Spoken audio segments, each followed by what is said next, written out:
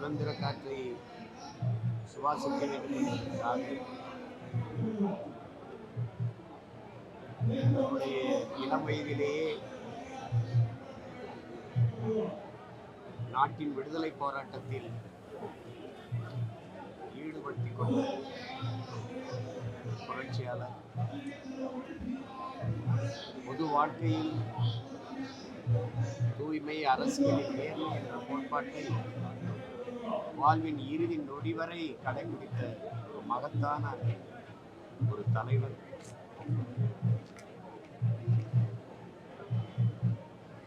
வெவ்வேறு அரசியல் கட்சிகளில் இருக்கிற தலைவர்கள் கூட தன் மீது சிறு விமர்சனத்தை கூட வைக்க முடியாத அளவிற்கு மனித புனிதனாக வாழ்ந்த ஒரு மகான்.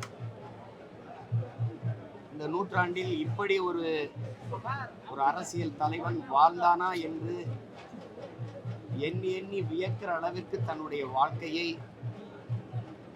செதுக்கி செதுக்கி செழுமைப்படுத்திக் கொண்ட ஒரு மகத்தான மேதை.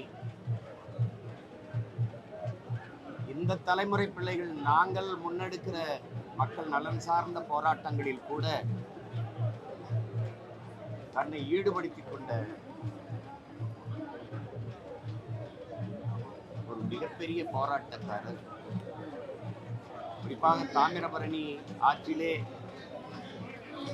மண்ணை அள்ளி அந்த ஆற்றின் வளத்தை சிதைக்கிறார்கள் என்று போராட்டத்தை முன்னெடுத்த போது எங்களோடு ஆற்றின் நடுவிலே மணலிலே தானும் அமர்ந்து அந்த போராட்டத்திற்கு வலு சேர்த்த மாபெரும் வீரர் எங்களுடைய ஐயா நல்லகன் அவர்கள். எல்லோரிடத்திலும் ஒரே மாதிரி அன்பு செலுத்தி எல்லோரையும் சமமாக நடத்தக்கூடிய மாண்புமிக்க மனித பாங்கு, மாண்பு அவரிடத்திலே இருந்தது. நல்லகண்ணு என்பது தமிழ் பேரினத்தின் பெருமை மிகு 100 ஆண்டு கால வரலாறு.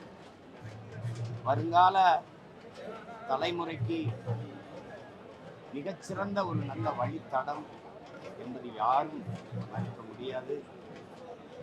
தமிழ் சமூகம் உள்ளவரை நல்லகண்ணு என்கிற அந்த நல்ல தலைவனினுடைய பெயர் எல்லாருடைய இதய சுவற்றிலும் எடுத்து எவ்வளவு வேணாலும் அவரை பற்றி ஓய்ந்து நெகிழ்ந்து பகிர்ந்து கொண்டே இருக்கலாம். அப்படிப்பட்ட ஒரு பாடத்தை, படிப்பினையை நமக்கெல்லாம் விட்டு சென்ற ஒரு வரலாற்று நாயகன் எங்களுடைய ஐயா, நம்முடைய ஐயா நல்லகன் அவர்கள். இந்திய கம்யூனிஸ்ட் கட்சியின் மூத்த தலைவர்களின் ஒருவர். கடைசி நொடி வரை இந்த நாட்டிற்கு மக்களுக்குமாக நடந்து நடந்து உழைத்த ஓய்வெறியா உழைப்பாளி, உன்னத போராளி நம்மோடு இல்லை என்பதை நினைக்கும் போது மிகுந்த மன வலியை தருகிறது.